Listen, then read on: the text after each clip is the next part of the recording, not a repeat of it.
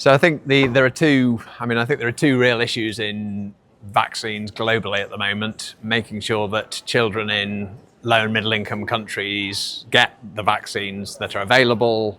They're often the vaccines that children in high income countries are getting, but often they're missing out for lots of different reasons. So that's one important area.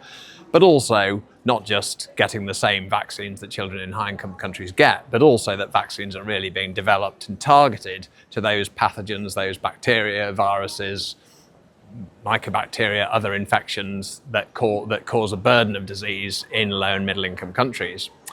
So in terms of getting existing vaccines to children in low and middle income countries, one key challenge, for example, is getting high coverage with measles and rubella vaccines. And that's not, in fact, just a challenge in low and middle income countries, even in the UK now, and the States for lots of different reasons.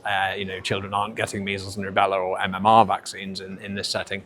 So we've been working recently with lots of different partners to develop a microneedle patch and test a microneedle patch whereby this will allow this essentially, rather than using an injection as normal vaccines are given, this is given with a little sticking plaster essentially on the skin. This delivers the vaccine rapidly, it's pain-free, it doesn't require the same storage in the cold chain. It can be administered really by anybody after very minimal training.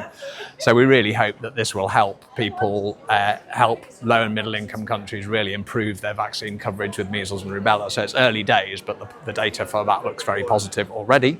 So that's a good example of a new innovation, a new technology, which may result in improved measles and rubella vaccine coverage in the Gambia, for example, where I work, but it could also be used in lots of other settings.